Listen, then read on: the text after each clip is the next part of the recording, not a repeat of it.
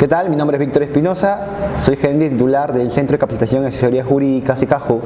Estamos organizando el Diplomado en Derechos Reales con enfoque inmobiliario y gracias al apoyo de Abogando TV, estos videos van a estar en su plataforma. Los invito a que sigan Abogando TV. ¿Por qué nace el derecho registral? ¿A medida de qué nace? ¿Cuál es la esencia de poder registrar algo? ¿Qué derechos se ven involucrados en los registros públicos? Publicidad. ¿Qué publicita? Seguridad jurídica. ¿Qué publicita? ¿Qué da seguridad jurídica? ¿A qué? ¿A qué derechos? Al derecho que ejerzo sobre determinado bien. Ya, muy bien. ¿Qué más? ¿Qué tipo de registros se acuerdan que existe? Muebles, ¿qué más? Personas jurídicas, Sociedades, contratos, sucesiones. títulos de testamentos, Muy bien. Hay un registro minero también, ¿no? Pero dentro de esos registros rigen temas de principios, ¿no? Dentro de los cuales yo he considerado algunos más importantes que otros, quizás. Pero hay una norma en particular que nos ayuda a entender todo este sistema registral. ¿Cuál es? De hecho, inclusive ya le hemos hablado en clases anteriores. Hay una norma en particular que nos obliga inclusive a conocer nuestro sistema registral. ¿Cuál es la norma? ¿Se acuerdan? Tiene Código Civil, ¿no? Hay una norma en particular que se llama el artículo 2012 del Código Civil. ¿Qué nos dice el artículo 2012 del Código Civil? ¿Se acuerdan? Yo igual he traído mi código para refrescarnos. A ver. El artículo 2012. Se presume, sin admitir prueba en contrario, que toda persona tiene conocimiento del contenido de las inscripciones y no discrimina qué tipo de inscripciones haya. Te habla de cualquier sistema o cualquier registro de por medio. ¿Recuerdan qué tipo de presunción jurídica es? Se presuma sin admitir prueba en contrario. Jure de jure, ¿no? Es una presunción que no admite prueba contraria. Ajá.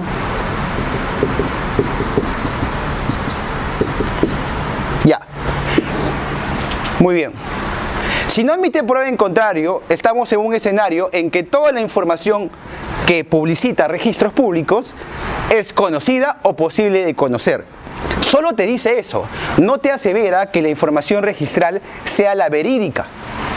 Puede haber alguna distorsión entre la realidad civil y la realidad registral. Por ejemplo, si encontramos en la partida registral de un inmueble dos bienes que se superponen, aquí, por ejemplo, ¿cómo haríamos para resolverlo? Aplicando como los principios, ¿no? ¿Se acuerdan? Un tema de superposición de partidas registrales. Dos personas que tienen derechos que emanan del registro público. ¿Cómo haríamos para poder resolver este conflicto de intereses? No recurriríamos a la norma civil en estricto, porque no hay ninguna norma que nos diga, oye, en caso de superposición, gana este. ¿A cuál acudimos? A la norma registral. Y aquí propiamente, ¿qué se hace? Por ejemplo, se cancela la partida más nueva y se privilegia la partida más antigua, ¿no? Por ejemplo. Entonces, hay normas que están en el ámbito del derecho registral y que de cierta manera escapan a la realidad civil. Y es justamente lo que vamos a introducirnos al mundo del derecho. Otra cosa también que hemos visto en las clases pasadas es que no todo se puede inscribir en los registros públicos. Hemos estudiado en una sesión muy interesante el tema de la posesión. Y la posesión no es susceptible de inscripción registral.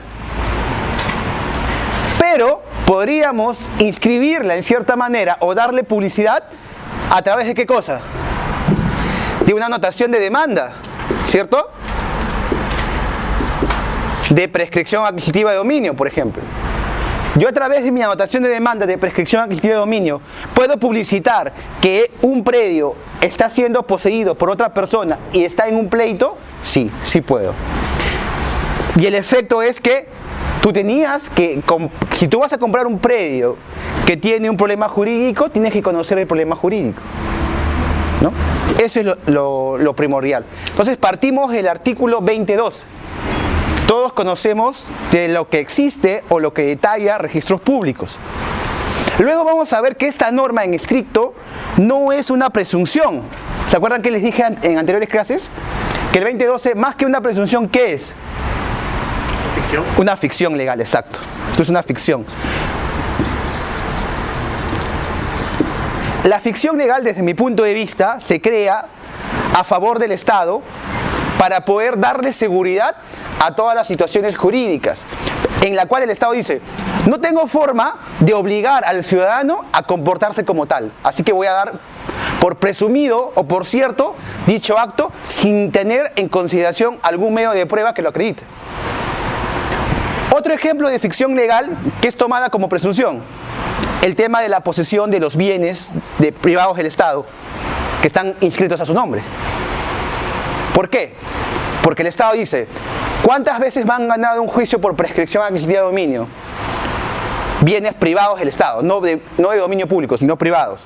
Entonces, ¿qué hago? Para evitar prescripciones, creo una norma que dice, ¿sabes qué? A partir de tal año, todos los bienes privados del Estado son imprescriptibles. Y encima crea una presunción en la cual se presume que los terrenos del Estado que están inscritos a su favor, también los posee él mismo. Cuando eso es un imposible jurídico, ¿no? Sería una ficción legal.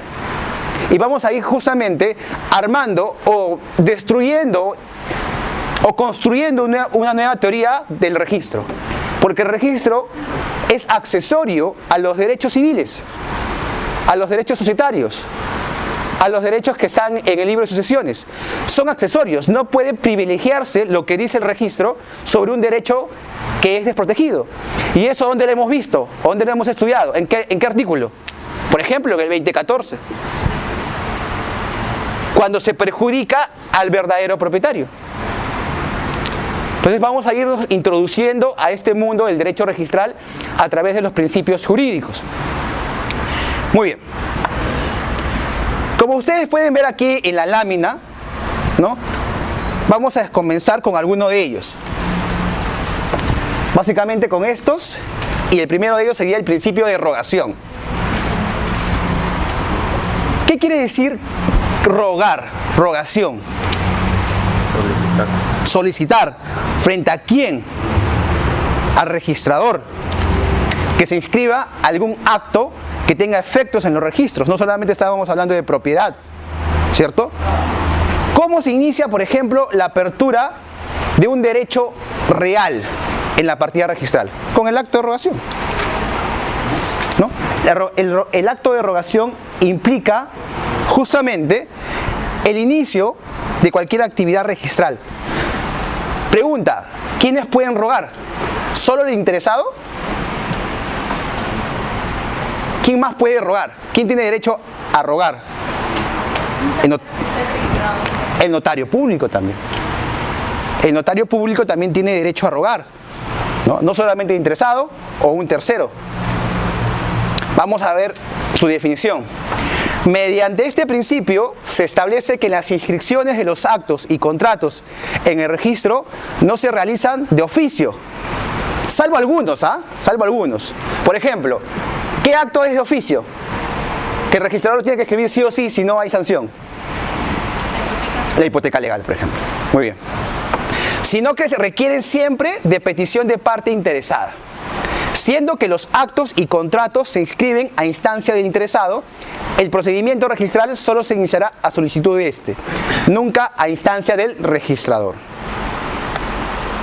Acá están las excepciones, muy bien lo dijo, la hipoteca legal, artículo 118 y artículo 119 del Código Civil, ¿no? Ahí me quiero detener porque voy a explicarles un poquito este concepto de hipoteca legal para aquellas personas que no lo entienden, ¿ya? Ustedes saben qué es una hipoteca, ¿cierto? Voy a prender la luz. ¿Se ve ahí? Sí, ¿no? ¿Qué es una hipoteca? La afectación de un bien inmueble para... Ajá, pero en líneas generales, ¿qué es? La afectación. En líneas que es un derecho. Es un derecho real de garantía. Muy bien. Su implicancia no solo es civil, también es registral, sobre todo. ¿Cuándo nace el derecho real de hipoteca? Cuando se inscribe. ¿Pero cómo se constituye? ¿Cómo se constituye el derecho real de hipoteca? ¿Se acuerdan? Acto jurídico. ¿Sí? ¿Sí? Artículo 140 del Código Civil, ¿verdad? ¿Cuál es el presupuesto de cualquier acto jurídico? Muy bien, lo dice Pedro, manifestación de voluntad. ¿Ya? ¿Cuáles son los otros requisitos? Fin lícito, ya. 2. Primero es agente capaz, pero vamos a poner acá. Agente capaz, muy bien. 3. Objeto, física y jurídicamente posible. Y el cuarto, ¿cuál es? Exacto. Observancia. Muy bien. Si vamos al tema de hipoteca, te dice que la hipoteca se constituye mediante escritura pública. La hipoteca, como tal. Es decir, te exige una formalidad el acto jurídico de hipoteca, la escritura pública. Pero para que nazca como derecho real, tiene que nacer ¿dónde? En la inscripción registral. Es decir, nace cuando el registrador ya la calificó y la inscribió. Solo hay una excepción en esto. La hipoteca mal llamada legal. ¿Por qué mal llamada legal? ¿Cuáles son los supuestos del artículo 1118 del Código Civil para que nazca la supuesta hipoteca legal? Que tiene que ver con el tema de erogación, aunque no lo crean. ¿Cuáles son los supuestos de la hipoteca legal? ¿Cuándo hay hipoteca legal? ¿O cuándo el registrador está obligado a inscribir una hipoteca legal? Hay 3 supuestos, ¿no? Vamos a leerlos.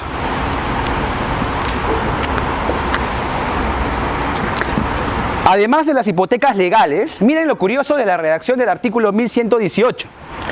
Además de las hipotecas legales establecidas en otras leyes, se reconocen las siguientes.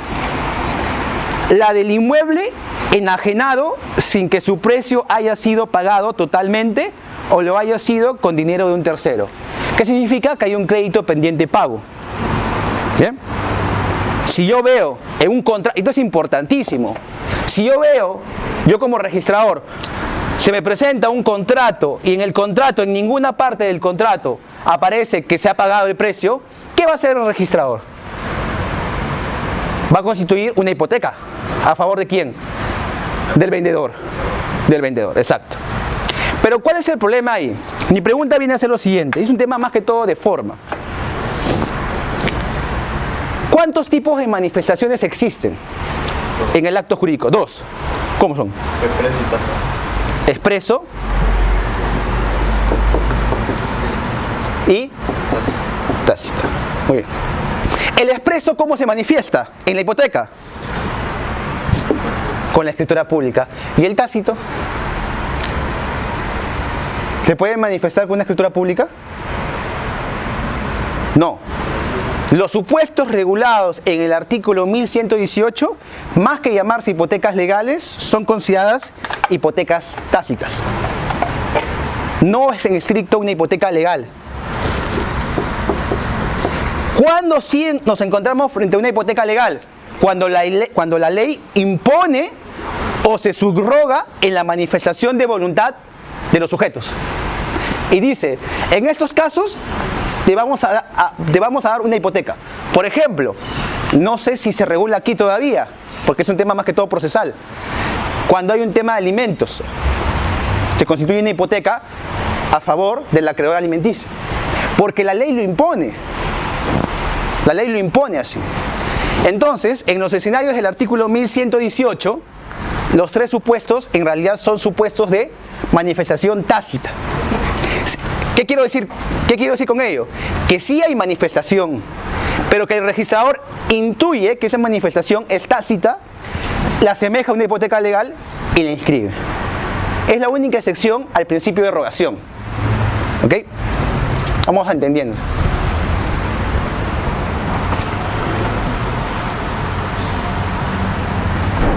Aquí ven los supuestos en la pizarra. ¿Quiénes pueden solicitar la inscripción? Según el artículo 3 del título preliminar de los registros públicos, los otorgantes del acto derecho, tercero interesado, como lo dijo la compañera, y además el notario, teniendo interés propio para efectos de la solicitud.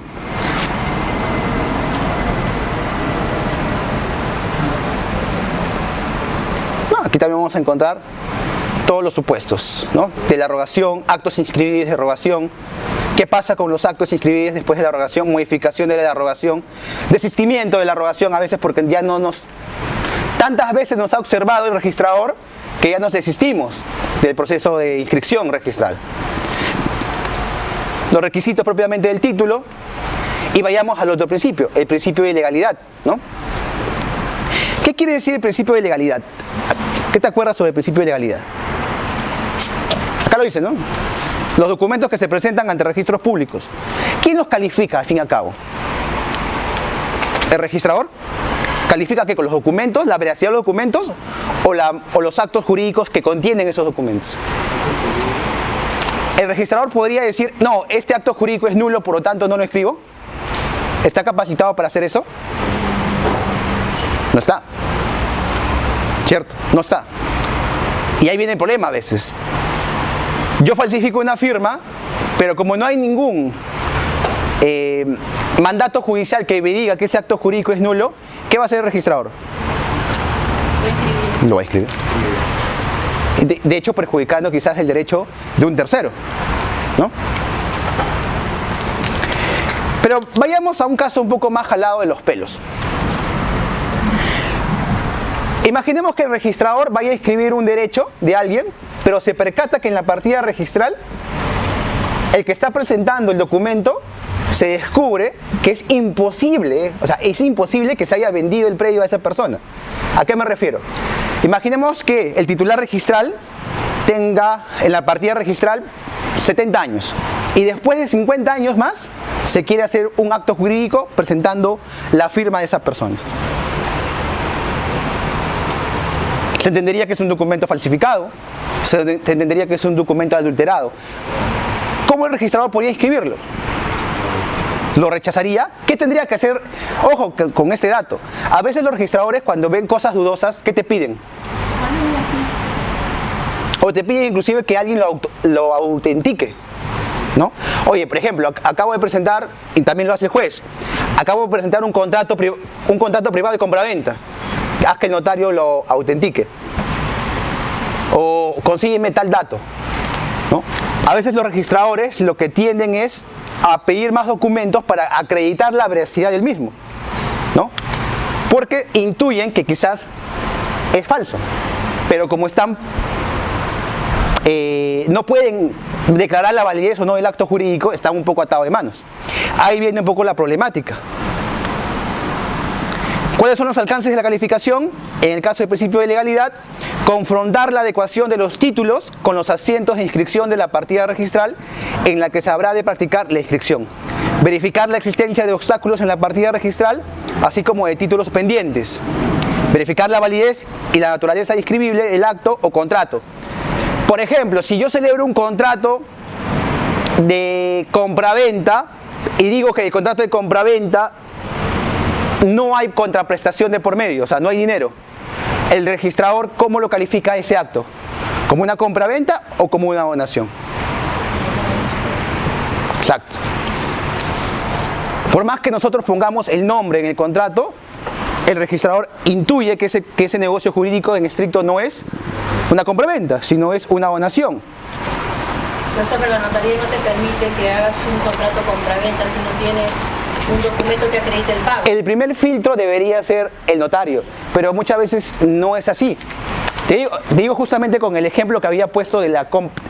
Un cliente había comprado un inmueble a una asociación en el año 98. Y el abogado que le redactó la minuta era su abogado, pero no dejaron constancia del pago del precio. ¿Tú qué crees que hizo la notaría? Lo escribió tal cual, no hizo modificación. La escritura pública no fue alterada. Se supone que el notario, que tiene un equipo, es más diligente y dice, oye, vamos a revisar para que no tengas problemas en el ámbito registral. No, lo hace muchas veces. Bueno, supongo que hay notarías mejores que otras, como cualquier otro servicio, que te revisa. Oye, ¿y el pago?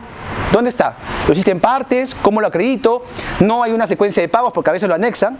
No, tal cual. ¿Y qué pasó? Se elevó a escritura pública, se inscribió, pero se inscribió con una hipoteca legal.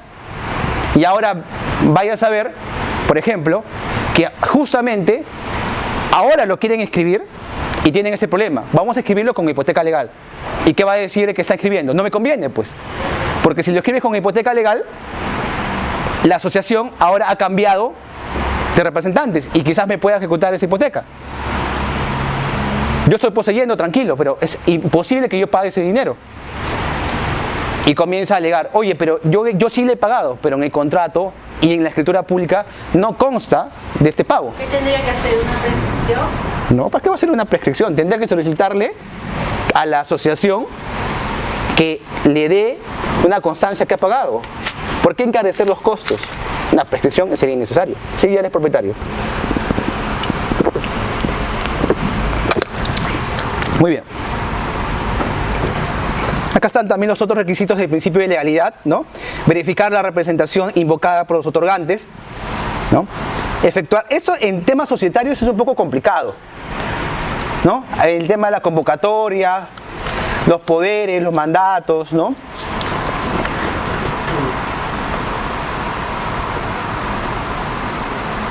En los casos de resoluciones judiciales que contengan mandatos de inscripción o de anotaciones preventivas, el registrador y el tribunal registral se sujetarán a lo dispuesto por el segundo párrafo del artículo 2011 del Código Civil. ¿Qué dice el segundo párrafo del artículo 2011?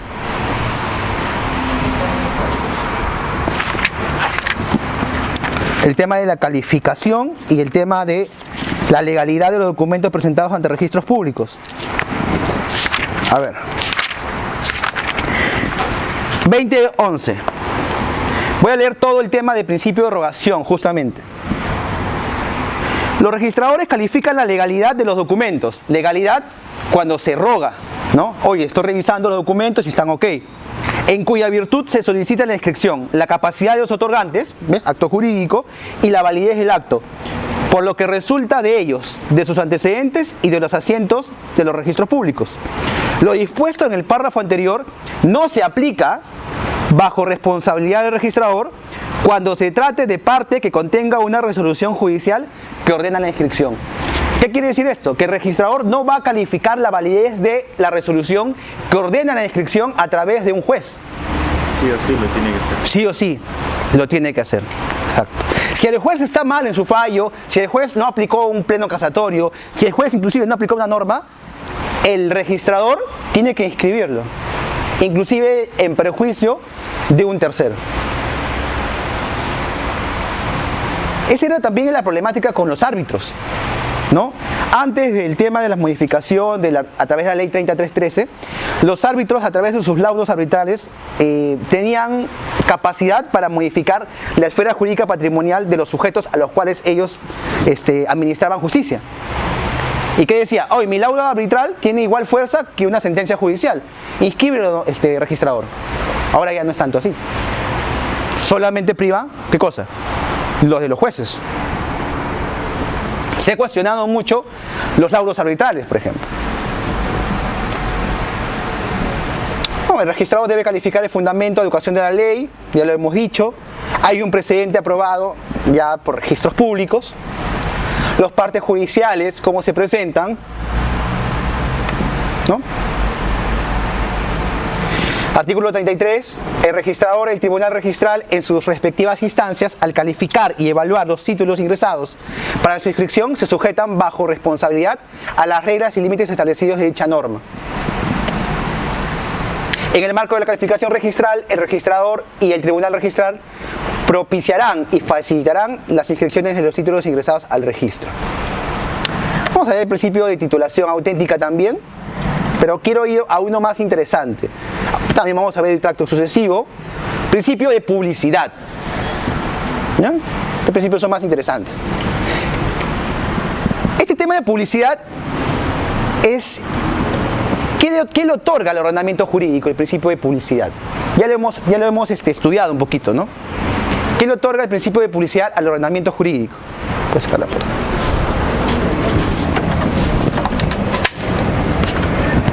¿Qué le otorga el principio de publicidad al ordenamiento jurídico?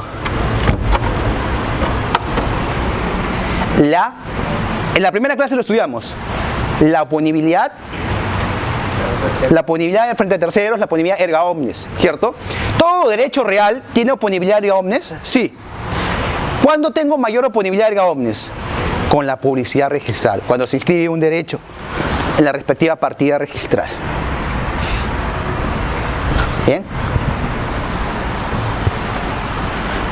Como hemos dicho en la primera parte de la clase, la publicidad registral se presume, porque tiene forma de conocer los actos. Pero hay dos tipos de publicidades, la publicidad formal y la publicidad material, ¿no?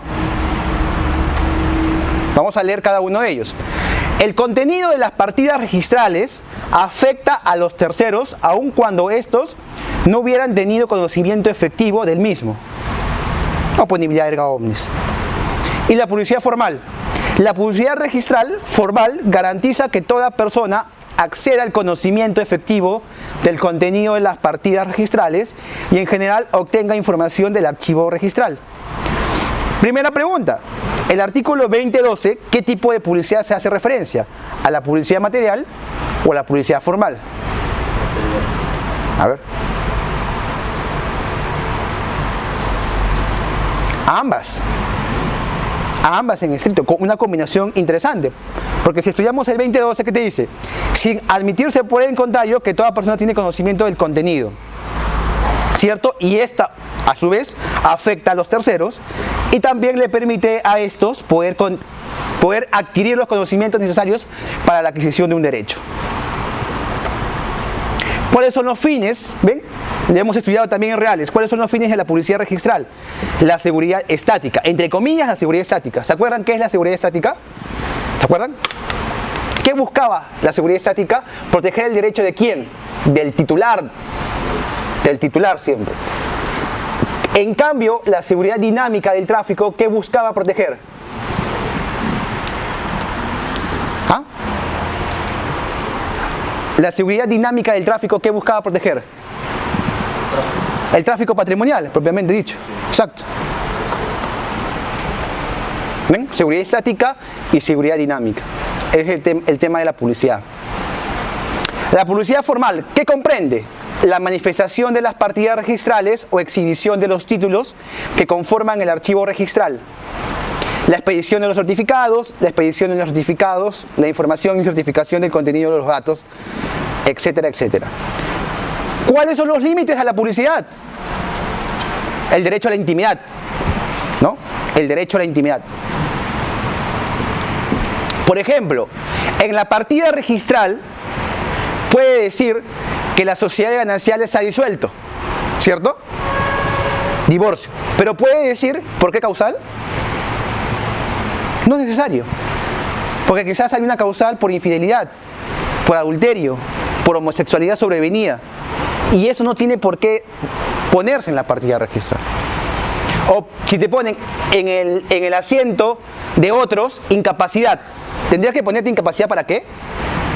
Si soy toxicómano, si tengo alguna discapacidad, quizás que ya soy un mal gestor, ¿tendrían que ponerla? No, incapacidad. Hay un tema de que la publicidad registral, si bien es cierto, permite a los contratantes, a los celebrantes de cualquier acto jurídico, tener publicidad, hay ciertas limitaciones para la misma, ¿no? Y justamente esto recae en el tema del derecho a la intimidad. De hecho, hay un libro muy interesante del doctor Daniel Tarrillo, no sé si algunos lo conocen, que habló sobre el tema de la publicidad y el derecho a la intimidad. El año pasado lo tuvimos aquí hablando justamente de ese tema. Acá vamos a ver también la vigencia de los certificados, principio de publicidad. Todo esto se van a llevar a sus casas. Y este tema también es interesante, porque este también lo vemos en el tema de hipotecas, ¿no? De hipotecas y en el artículo 20.22, el principio de prioridad. ¿En cuánto se divide el principio de prioridad? En dos, ¿no? Prioridad preferente y prioridad excluyente. ¿Cuándo hay cada uno? ¿Por qué aplicar prioridad excluyente en uno y por qué aplicar prioridad preferente en otro? ¿Cuándo hay diferencias entre cada uno? A ver. ¿Y qué es el principio de prioridad entonces? ¿Cómo se aplica el tema registral?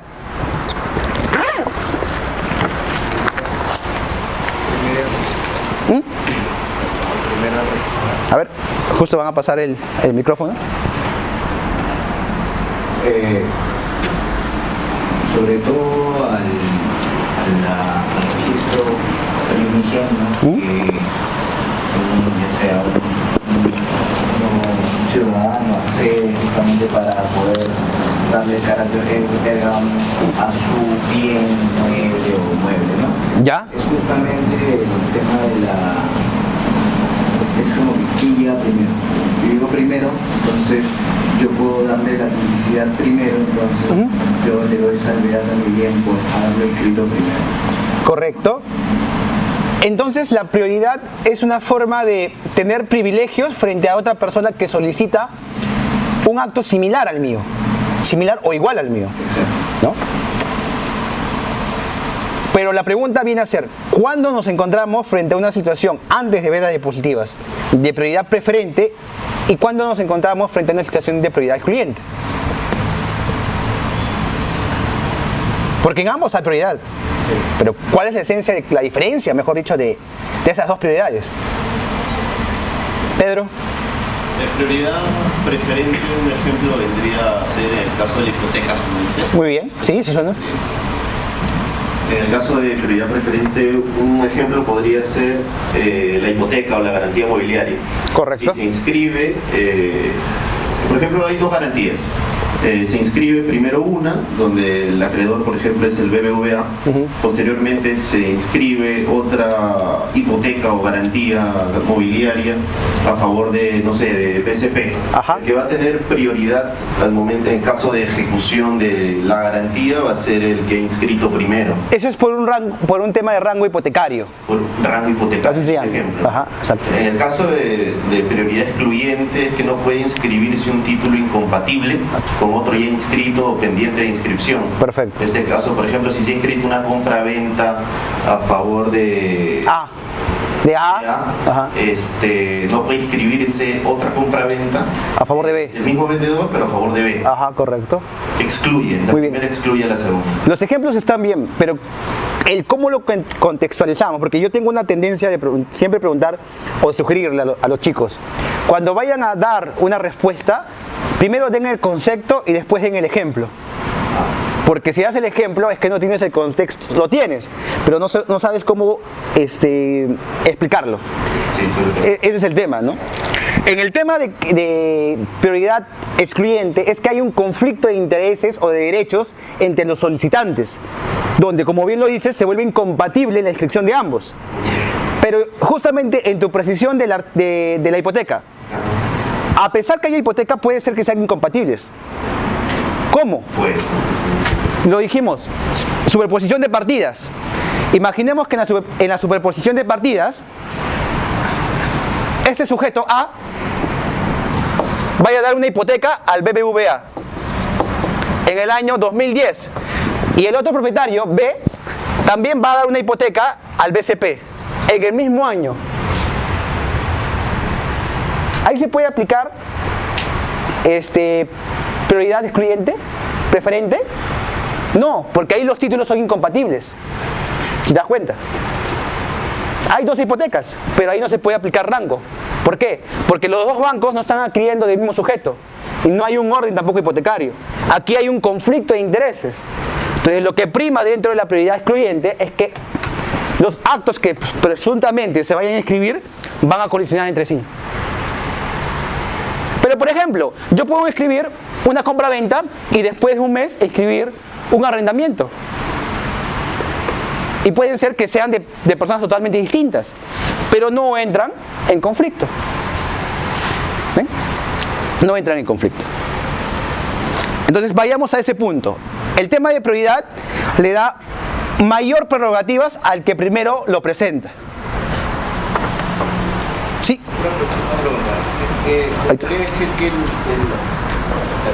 Se podría decir que la prioridad excluyente subsume la idea de una prioridad preferente en algún tipo de caso.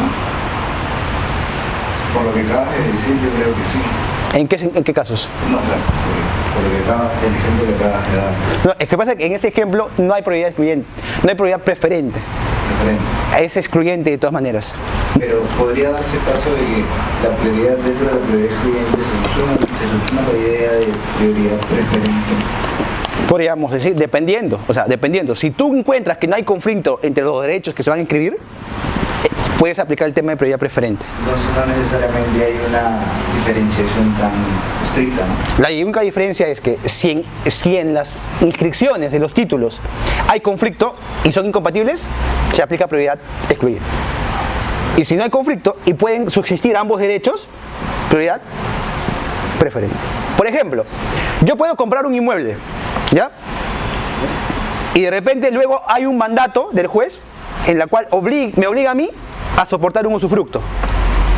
Por ejemplo, ¿qué te digo? Forzando el ejemplo.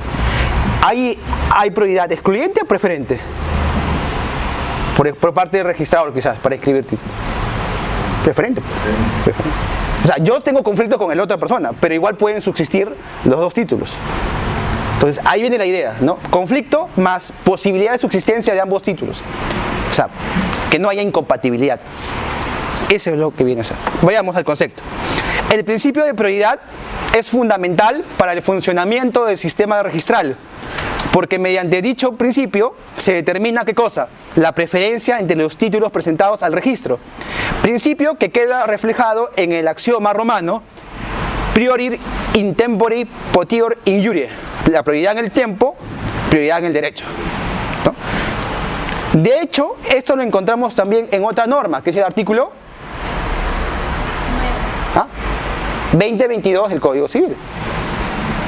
Primer párrafo. ¿Qué nos dice el artículo 2022 del Código Civil? Primer párrafo. A ver, Edgar, tú léelo. ¿Está mal de la garganta? Ah, ya te lo leo yo. ¿Vamos a ver? Yo lo voy a leer. Ah, ya, bien. 2022. Para oponer derechos reales sobre inmuebles a quien también tienen derechos reales sobre los mismos, es preciso que el derecho que se opone esté inscrito con anterioridad al de aquel a quien se oponga. Entonces tenemos dos derechos reales que se oponen. ¿Qué significa que se opongan? Que se exigen entre ellos. No son compatibles. Y si no son compatibles, ¿qué se prima? Primero, la inscripción registral. Exacto. Como bien lo hemos dicho, los efectos de la prioridad depende. En la prioridad preferente, obviamente es la preferencia en la ejecución de un acto, ¿no? En la hipoteca, el que tiene el primer rango hipotecario, ¿qué va a pasar? Va a ser preferido en el cobro de la deuda hasta el monto del gravamen. Y lo que resta se van a poder cobrar los otros que tengan un rango hipotecario menor que él. La prevalencia en la prioridad excluyente. ¿Hasta aquí alguna consulta? Hemos avanzado. Obviamente hemos dejado de lado principio de tracto sucesivo, todavía no hemos hablado, y el principio de titulación auténtica. Hemos comenzado con el tema de la rogación, el principio de legalidad, publicidad y ahora el tema de la prioridad. ¿Hasta aquí alguna duda? Porque nosotros hacemos un pequeño corte chiquitito nomás. ¿Qué hora tienen? 11. 11 todavía. Todavía nos queda como 20 minutos. Entonces voy a pasar a uno de los principios más importantes que yo considero. Vamos a ver hasta acá.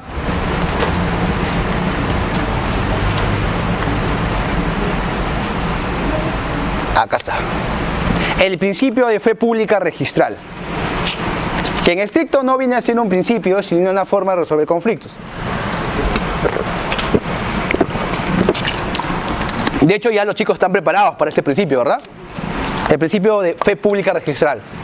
A ver, Pedro, coméntame, ¿de qué trata este principio?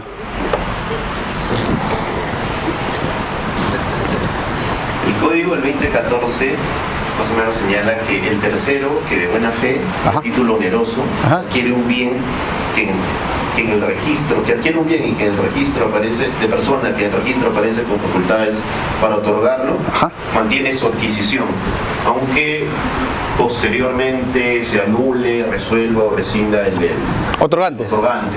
Ajá, muy bien. La buena fe se presume hasta que no se rectifique o declare, no, hasta que no se, hasta que no se pruebe lo contrario. Ya, la buena fe se presume. Muy bien. Sí.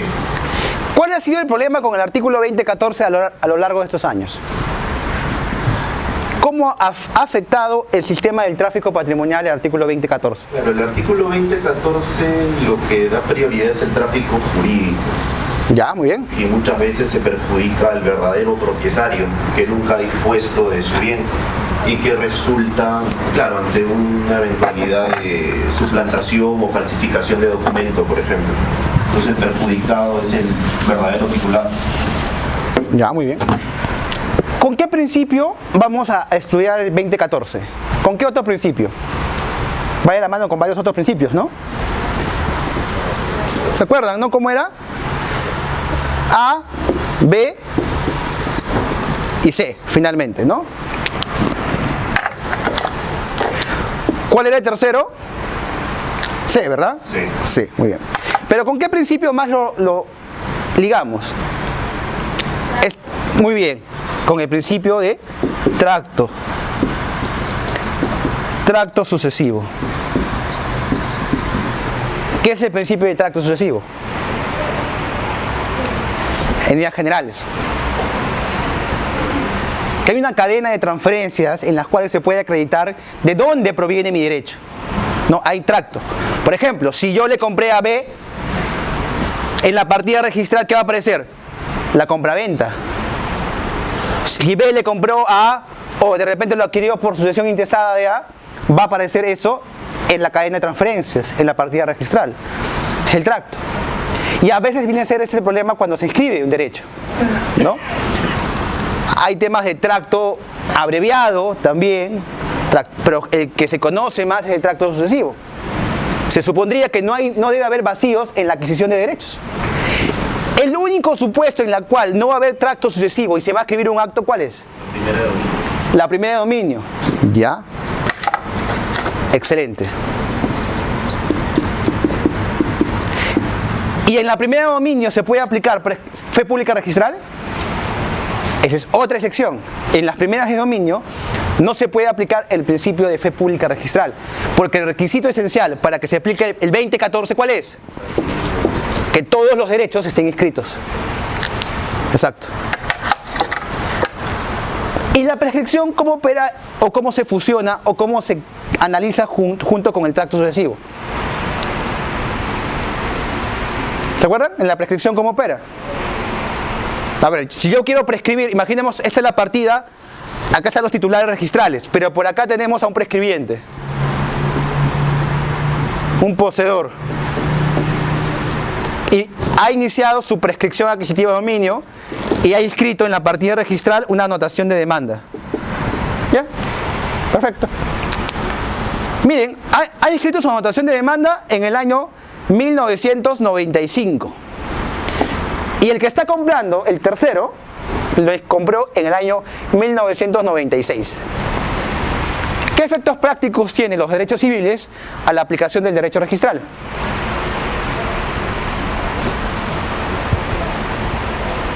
Primero, ¿qué está haciendo el poseedor a través de la inscripción de anotación de demanda? ¿Qué principio está aplicando? Publicidad. Publicidad. Entonces yo estoy comprando un predio que está litigioso. ¿Puedo comprar un predio que está litigioso? Sí puedo. ¿Tengo mala fe por comprar un predio que está litigioso? No. Entonces yo puedo todavía ser considerado tercero de buena fe. ¿No? Acá no hay ningún problema acá. ¿Cuál viene a ser los principios que el prescribiente quizás no cumpla? El tracto sucesivo. ¿Por qué? Porque si él gana la prescripción, ¿importa el tracto sucesivo anterior a él? No, porque ¿qué tipo de adquisición es la del poseedor? Originaria, exacto. En cambio, la adquisición del tercero, ¿cómo es? Derivada. Muy bien, exacto. Acá es derivada. Una primera gran diferencia, los tipos de adquisiciones originarias y derivadas. Muy bien. Todavía mantengamos ese ejemplo, ¿ya? Ahora vamos a llenar los datos. A, vamos a ponerle un nombre. ¿Cómo queremos que le llamemos a A? Vamos a ponerle Abel. ¿Ya? Abel está casado con Betty. ¿Ya? pero Abel aparece como titular registral. ¿No? Titular registral. Pero en estricto el bien es de las sociedades gananciales. Ya vamos a poner que este bien es social. Y A se lo vende a B. Vamos a ponerlo más complicado. A se lo dona a B. Donación. Solo una consulta. Sí. Contando que a ver si Abel lo compró antes de estar casado. No, el bien está como propio, pero es social ya. Eso es un tema de familia que quizás deba explicarle, pero vamos a poner en el supuesto que el bien es social. ¿Ya? ¿Por qué? Porque quizás Abel compró el terreno, pero ya es una casa. Pero todavía no han hecho ¿qué cosa? Que no puede decir. El ejemplo está tal cual. No voy a cambiar el ejemplo. El ejemplo está tal cual. ¿Ya? El bien es social, pero no ha sido regularizado en la partida registral. Recuerden que la partida registral, ¿qué es? ¿Es una realidad o es una foto del momento? Puede cambiar. Es una foto del momento. Es como un estado financiero de una empresa.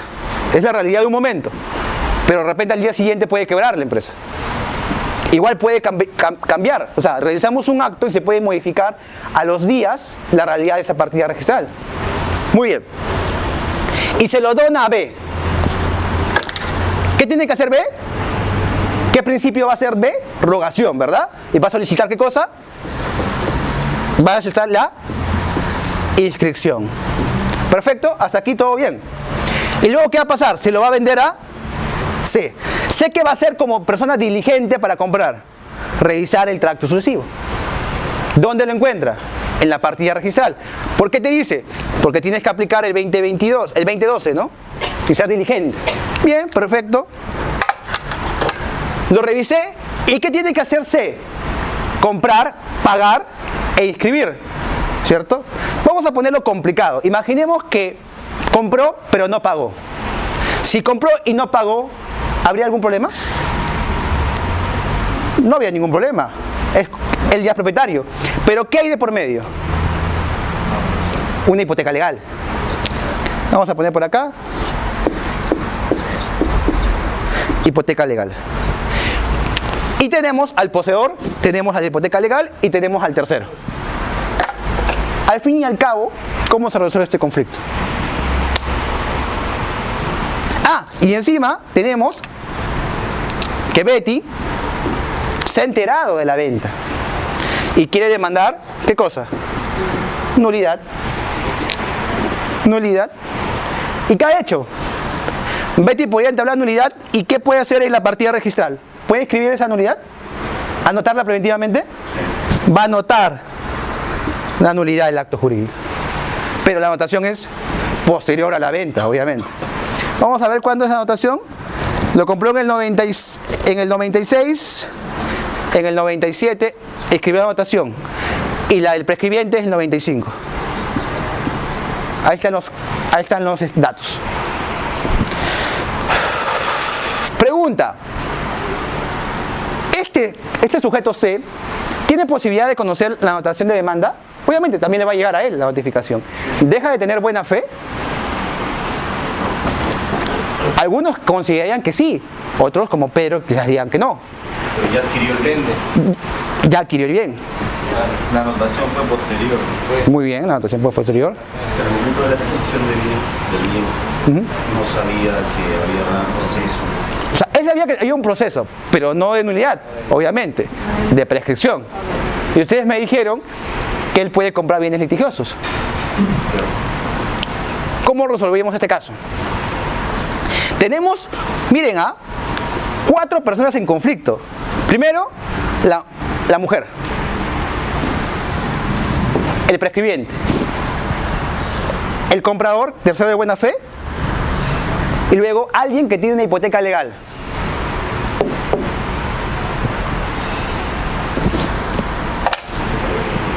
¿Cómo resolver este conflicto? A ver, piensen, apunten los datos, nos damos un pequeño receso.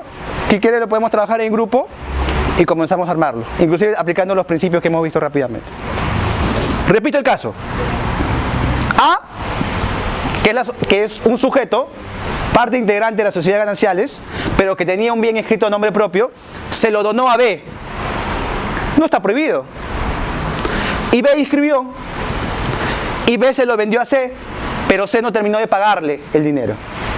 Pero es oneroso. Pero es oneroso. Le pagó una parte, una inicial quizás. ¿Qué hace el registrador? ¿Inscribe de oficio qué cosa? Una hipoteca legal. Pero antes de que compre C, había un poseedor que ha anotado preventivamente una demanda de prescripción adquisitiva de dominio. Y C lo compró tal cual. Y luego, la mujer de A, que no participó dentro del acto jurídico, ha entablado una nulidad de acto jurídico y lo ha inscrito todavía en la demanda. Mi pregunta sería, si yo quisiera comprar el inmueble, ¿qué me aconsejarían a mí? ¿A quién le debo comprar? ¿O cómo debo hacer mi compra? El caso así tal cual es.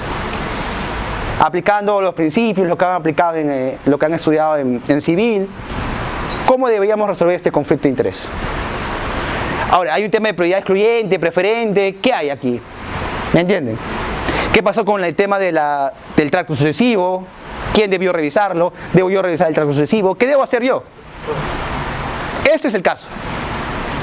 ¿Ok? ¿Qué hora tienen? 11:15. Sí, Ya. 11:30 estamos acá de vuelta, ¿está bien? 11:30, 11:35 para resolver este caso.